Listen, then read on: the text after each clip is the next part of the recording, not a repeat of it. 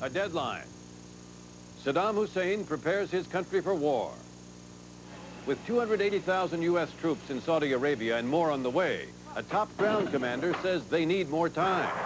Is the United States ready for war, or isn't it?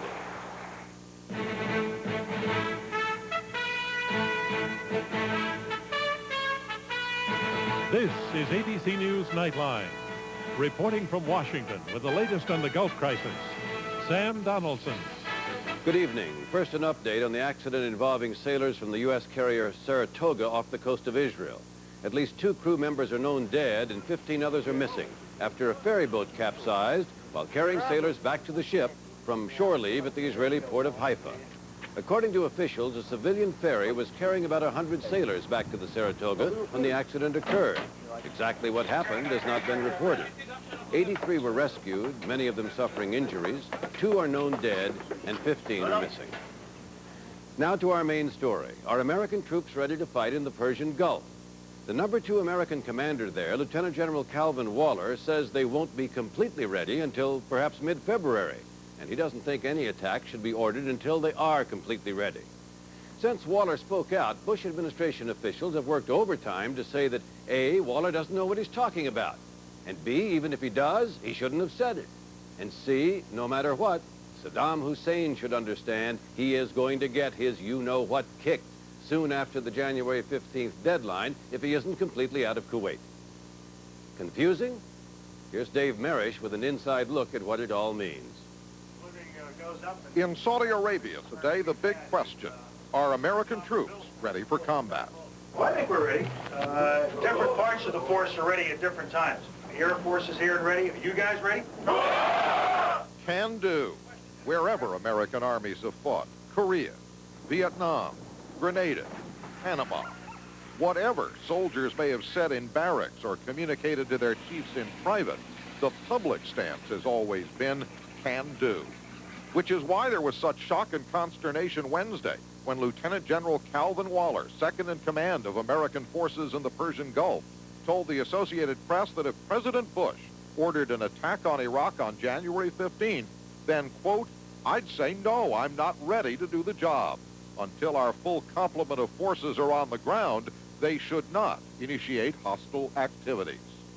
Almost immediately, other official voices tried to tell us what General Waller meant to say. From the White House, spokesman Marlin Fitzwater said, quote, I think what he really said was that they may not be as ready as they would like to be for all the contingencies, a theme expanded upon by Defense Department spokesman Pete Williams. We recognize that not every single tank and every single member of every single unit is going to be married up and ready to go on January 15th. While Secretary of State James Baker hinted Waller didn't mean anything at all, except perhaps to confuse Saddam Hussein. When I was in the Marine Corps, one of the important principles of warfare that I learned was that it is critical to preserve the element of surprise. But a day of querying experts on the military and the Gulf here in Washington has turned up some other interpretations of General Waller's remarks, from the most general to the most specific, like exactly what is missing from the American forces. I think what we are talking about here, to the extent there are any real limits on our military buildup, is the problem of moving the 7th Corps from Germany into the forward area and making it fully ready. Now that corps is critical because it is bringing with it the most modern tanks, armor, and artillery systems in our inventory. Another analyst says what General Waller wants from President Bush is a better definition of the military mission in the Gulf. Till you know what it is, you don't know exactly how many forces you need, so there's uncertainty. While another analyst thinks General Waller's message to his president is a critique of the mission he has been given. I think what the general has reflected is the genuine unease that many military officers feel about fighting a land war aimed at evicting well-defended, well-fortified Iraqis from their positions in Kuwait. Another of General Waller's statements, quote, what is so magic that on January 15th we must be ready to go and initiate hostilities at midnight? has also found sympathetic ears in Washington. And we know from our past experience of the last few months that it takes some time for particularly large formations to get in place, to acclimate to this kind of circumstances. I'm told the desert there is not like the desert in the United States. We're talking about fine grain sand, and to keep those tanks properly running and all the backup as well as the personnel carriers and so forth, that takes some time. Having a field commander like General Waller remind his commander-in-chief of the realities of the battlefront, says Admiral Crowe, is nothing unusual. No, communicating these kinds of desires, requirements, needs, timelines, where he stands in the preparation process, no, that's not unusual at all. American forces and their leaders are most candid with each other, which is the only healthy way to operate. If there's any real change here, it is, first, the media is present now at a command level. This is not the Saigon Follies. This is having roving news reporters moving throughout the area, and they're discovering that war is a chaotic and difficult business. But has the Waller flap hurt President Bush's war-making options? No, I wouldn't think so. He's got considerable capability there. It's the best in the world, and he can be quite confident of it. Saddam Hussein may be given a few more days to decide whether to leave Kuwait, perhaps 2 weeks on the outside. But ultimately, the choice is still going to be his. And we are still going to have a massive war-fighting capability. Admiral Crowe summed up the Waller flap like this. Saddam Hussein's making a big mistake, he said, if he wastes his time listening to this stuff. Says the Admiral he should be listening to what the President said yesterday. Quote, he's going to get his ass kicked. I'm Dave Marish for Nightline in Washington. So at the moment it boils down to this, ready or not. To help answer that, when we come back, we'll talk with former Assistant Secretary of Defense Frank Gaffney, who worked on President Reagan's international security policy, and a combat veteran and military analyst, Colonel Harry Summers. This is ABC News Nightline, brought to you by Mr. Goodrich. Insurance adjuster tells me this morning he can't cover putting GM parts on this GM car. Says his company's policy is to use generic equivalents. So I told him my policy, no copycats. See, most imitation parts don't fit like genuine GM parts. And they don't come with as good a warranty either. So remember, even if insurance is paying the bill, it's still your car, and it's your choice. Insist on genuine GM parts. Did you know it's tough getting business people to agree on what's best? Yet business people do agree. Nobody beats AT&T when it comes to long-distance service. In an independent poll where users rated their carriers, AT&T was unsurpassed in the best technology and best service categories and was voted #1 in overall satisfaction. So now that we've agreed on AT&T, it's back to business as usual. Quality, another AT&T advantage. From the smallest Seafirst Bank to the biggest, from the oldest to the newest, from the people with the most experience to the youngest trainee, there's a common commitment at Seafirst. Whether it's expressed by staying open longer or guaranteeing you won't have to wait more than 5 minutes for service, we'll make it easy for you every time you walk in, drive in, phone in, or write a Seafirst check.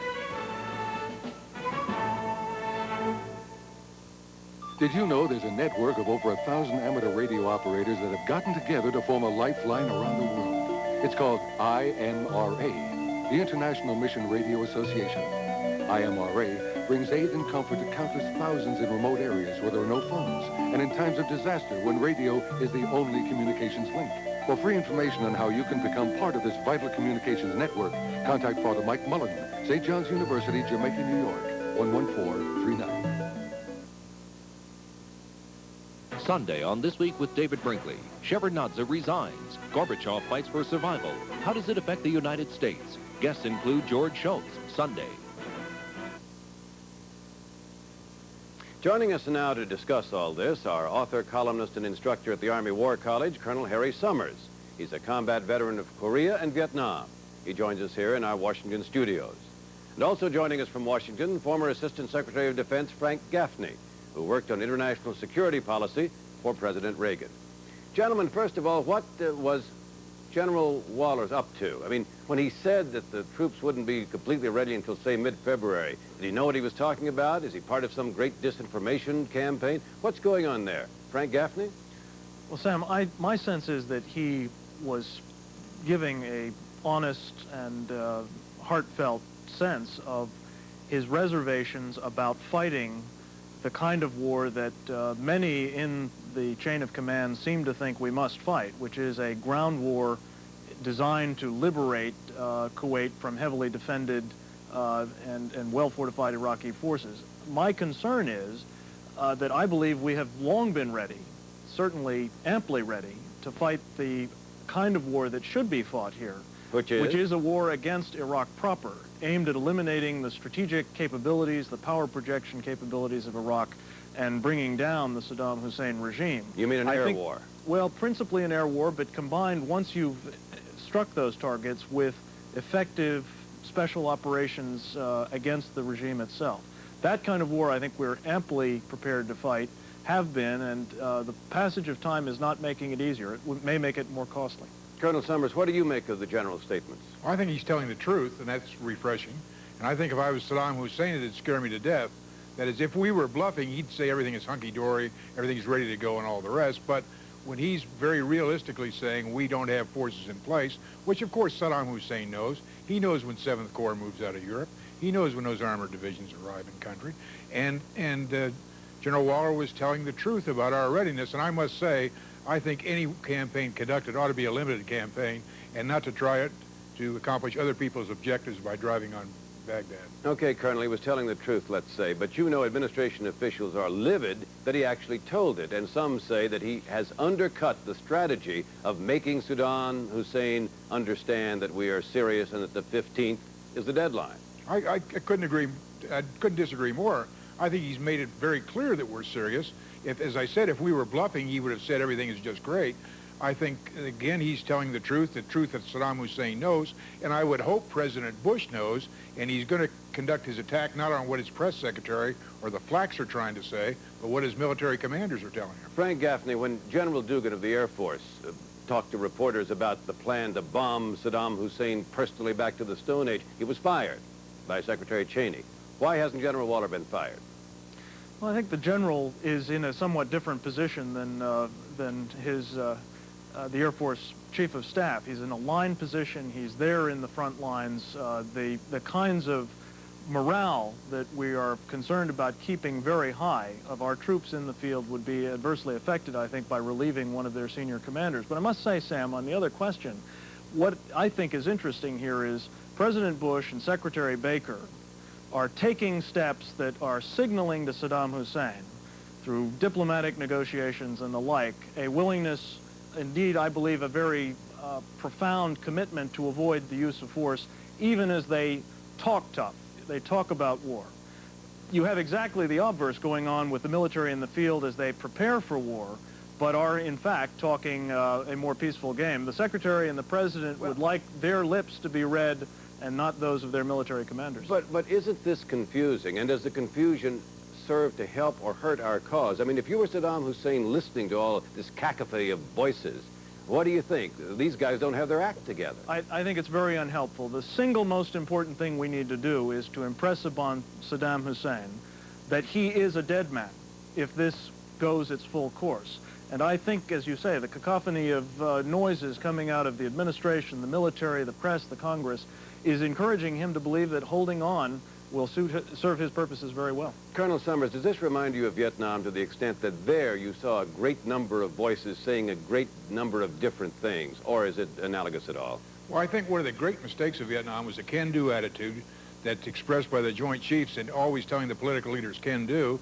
I think it's very refreshing to have a general tell the truth for a change, and the troops certainly know it. Saddam Hussein knows it. And the only people that doesn't seem to know that is the flaks in Washington. And I really think that the military commanders are a better voice on whether we're ready or not than the press secretaries in the Pentagon and the White House. Well, yes, Colonel, but with all due respect, as you well know, military commanders don't make these decisions. George Bush makes this decision. Well, precisely, but he needs to know whether or not he has the capabilities to to enforce that decision once it's made. Yeah, but Sam, let's face Go it, ahead. that doesn't need to be done through the media as the open channel. There are ample means, and Bill Krause said so, for the military commanders to let the president know the status of forces, and I certainly wish that they would use those instead of the public. This is an excellent question to continue to discuss, and I want to do that, and we will do that right after we pause for a moment, and we'll just continue our discussion on the question of the press coverage. America braces for 1991. The sins of the 80s have come due. Now more than ever, a worried nation turns its eyes to HBO, where 1991 is gonna be great. There'll be uncut laughter, unbridled passion, outrageous specials, socially acceptable violence, and the biggest box office hits on television. Yes, HBO in 91, a ray of light in an otherwise yuck year. I can't believe it. Oh, my God. What do these people have in common? They're all millionaires in the Publishers Clearinghouse Sweepstakes. Now you can win $10 million January 25th if you enter the Publishers Clearinghouse Sweepstakes today. It starts at 8. This Saturday only at Sears. Get after Christmas prices in time for Christmas and save an extra 10% on apparel when you bring in the coupon from Friday's paper. Save an extra 10% from 8 to 10 Saturday. Only at Sears.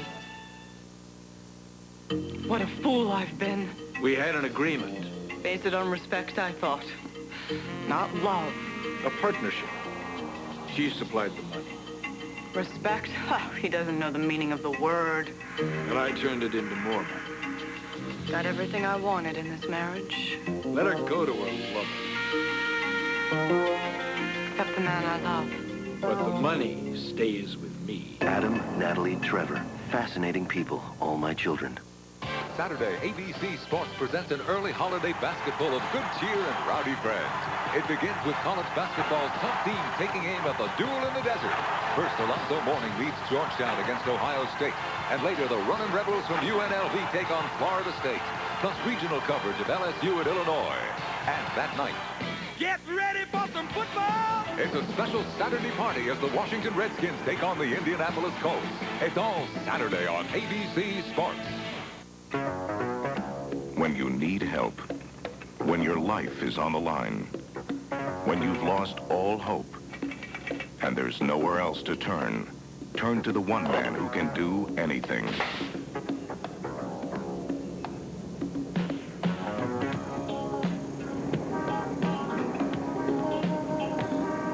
Oops.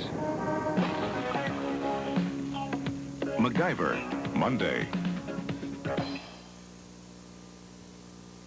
We all know the holidays are a traditional time to spend with one's family, a time to share one's blessings with one's friends.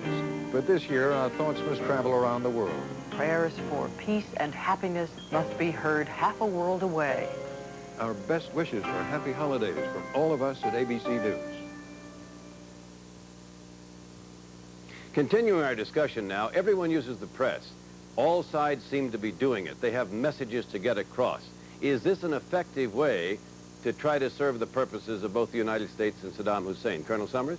Well, I'm just surprised at the fuss over this. Waller didn't say anything that hasn't been said earlier, and it's surely if they didn't want that said, they would have, I mean, the generals don't go out on a limb like this unless they have free rein to do so. So, again, I think the message is the message I see is that we're very serious about this, and that Saddam Hussein ought to be very taken by Waller's message. As I said, if we were bluffing, we'd have said everything is hunky-dory and gone on with it. Oh. So he should see that we're very serious about this. All right, joining us now from his home in Maine is the former Secretary of Defense, Caspar Weinberger. Are you there, Mr. Secretary? Yes, I am. How are you, And I must Sam? say, it's not your fault that you didn't join us at the outset. We simply couldn't get our satellite signal up. But Well, you're with it's us not now. I am, And tell us, to go over some old ground we've discussed, what is your view of General Waller's comments when he said that we weren't completely ready now?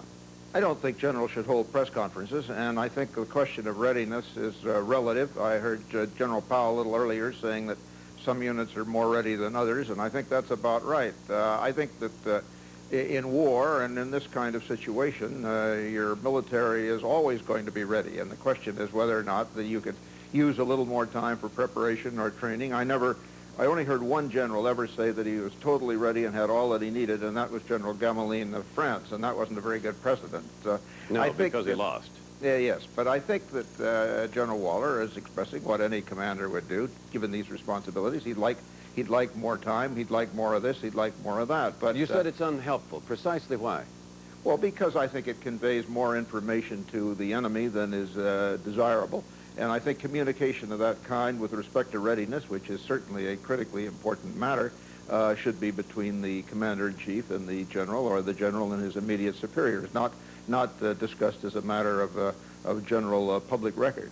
Yes, but doesn't Saddam Hussein, the point has been made by Colonel Summers, that Saddam Hussein has intelligence services. He knows pretty much what's going on in the Gulf. He does. Well, then why does this hurt? Well, I don't think it is very helpful for the commander to disclose that he himself feels that he is not ready. It says something about leadership characteristics and leadership qualities, and it says something about perhaps the morale, not of the troops, but of the leaders. All right. And I think that what's vital is that we are ready, we are there, we're going to be able to do it, whatever the commander-in-chief, the president, calls on the forces to do. And I think comments on the general's opinions are not particularly helpful. That's well, General Dugan of the Air Force was fired when he stepped out of line as Washington saw it. Should General Waller be fired? Well, I think that's entirely up to his immediate superiors and General Powell and others. I think what yes, General... but I'm asking you. I'm asking well, you. Well, I would not on this basis, no, but I would certainly indicate to him that we felt that it was much more important for him to spend his time leading the troops than conversing with the press. Well, conversing with the press was something we were discussing when you joined us. And the question really is, all sides are using the press to get across messages. We are in a war of words right now. Does that really help resolve the conflict? When Saddam Hussein uses the press to say, I will not get out of Kuwait, and when George Bush uses the press to say, I'm going to kick a you-know-what if he doesn't? Well, I don't know whether it hurts or helps. The important thing is that we have the military capability to drive him out of Kuwait, and we're assembling more of it all the time. And he should understand that we have resolved to use it if the sanctions don't work. I myself think the sanctions are working very well at the moment, but we have the military capability to drive him out. It doesn't really make much difference what's said on one side or the other.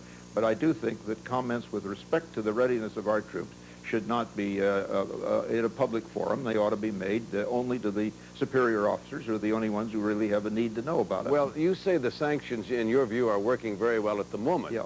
Does that mean that you are for waiting and giving them a chance to work even better in the weeks ahead? Or do you think after the 15th, it's pow? Well, the 15th is simply the date in which the United Nations said that after that, force is authorized. They did not say you must attack on the 15th or anything of the kind. My own feeling is that we could give the sanctions a little more, a little longer. I don't have any specific timetable in mind, but they are crippling them. They're taking $20 billion a year in revenue away from them. They're driving the cost of food up 20 and 30 times inside Baghdad, and they're creating quite a lot of havoc. And I think perhaps it may well be that Saddam Hussein would decide that so much havoc is being created by the sanctions that maybe he should get out of Kuwait. All right, if he doesn't, then I think he obviously needs to be attacked by this very capable force that's getting more capable and more ready every day. All right, we're going to have some predictions, I hope, from all three of you of what lies ahead when we continue our discussion in just a moment. All right. They're at your Christmas store. Sears, the top 5 brands of microwaves, including GE, Kenmore, and Sharp. Only $99.99 each. Only at Sears Brand Central for Christmas. I get this awful sinus pain, crushing, pounding. It's agony. Are you still taking any of these sinus pain formulas? They all made news in the 80s. Surprisingly, they all have the same medicine. Today's news is Dristan Sinus. Only Dristan Sinus combines the leading decongestant with the modern pain reliever ibuprofen. I found it relieves my sinus pain wherever it strikes, and no drowsiness. So if you're taking the same medicine that made news in the 80s, get new Dristan Sinus, today's sinus medicine.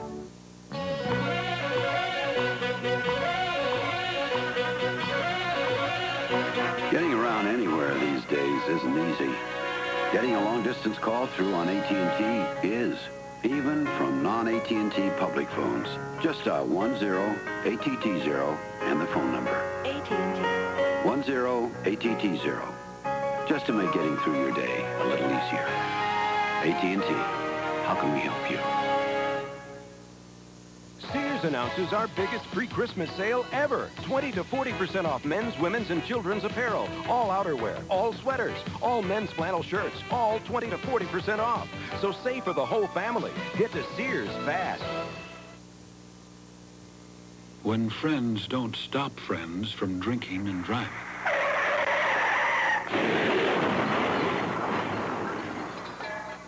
Friends die from drinking and driving.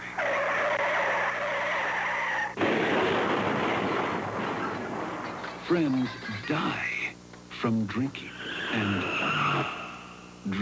driving can kill a friendship. Continuing our discussion now, Frank Gaffney, do you agree with your old boss at the Pentagon, Caspar Weinberger, that perhaps we can give sanctions a few more weeks to work? Well, I think if sanctions had a prospect of solving the ultimate problem, which is, I believe, the character of Saddam Hussein's regime and his military forces in Iraq and the power projection capabilities that they give him, then there might be some argument for letting sanctions work. They clearly are having an effect on the desirability of Saddam Hussein retaining a presence in Kuwait. But my problem is, and I think our problem is, that getting Saddam Hussein out of Kuwait or him staying in Kuwait is not the issue. Ultimately, it's going to be coming to terms with and dealing decisively with the presence and capabilities that he has in Iraq. And here is where I guess I hope that we will eventually come out in our discussion of this matter. Can we permit Saddam Hussein to remain a regional power, indeed a superpower in his region, after this crisis is over? I think a diplomatic, cosmetic solution that perhaps allows him to make a tactical retreat from Kuwait, but retains his capability to menace the region in the future would be a dreadful mistake. Let's put that question to Colonel Summers. Colonel Summers, should we just go for an all-out victory and defeat Saddam Hussein unconditionally where he lives if war breaks out? That's not in the best interest of the United States. The United States' interests are very well stated by President Bush, that is, eject Iraq from Kuwait, restore the legitimate government there, provide for peace and security in the area, and those objectives can be realized by sanctions. And I would agree with Secretary Weinberger that we ought to give sanctions more time to work, and if they don't work, then sticking with those original objectives, then use military force to eject him from Kuwait. But Sam, it's not clear how you do provide for peace and stability in the region if you have Saddam Hussein still there, still armed with chemical, biological weapons, ballistic missiles, and the like. The threat that he poses in December is no different than the threat he posed in May, and we weren't willing to go to war against that in May. I think the argument is specious. Secretary Weinberger, what's your word on this? If war breaks out, should we just simply destroy Saddam Hussein or get him out of Kuwait? Well, if war breaks out, I think we have to realize three objectives. First is to get him out of Kuwait, of course. Secondly is to put him in a situation where he is required to pay reparations for the terrible damage that he's done and the thousands of people he has killed when he stole Kuwait. And finally, I think we have to make sure that he is not in a situation or a position where he can go back in again 2 or 3 weeks after we leave. So I have agreements with both of your other guests and disagreements with some of them. Gentlemen, but we have I time think most of all, we need to make sure that when we attack with all of the vigor and all of the forces that we have, and I think we'll do that. Okay. Well, gentlemen, we have no more time left, but I enjoyed the discussion, and I appreciate very much that all three of you joined us tonight. That's our report for tonight. I'm Sam Donaldson in Washington. For all of us here at ABC News, good night. For a video cassette version of Nightline, the cost is $14.98 plus $3.95 shipping and handling. For a printed transcript, send $4 to 267 Broadway, New York, New York, 10007.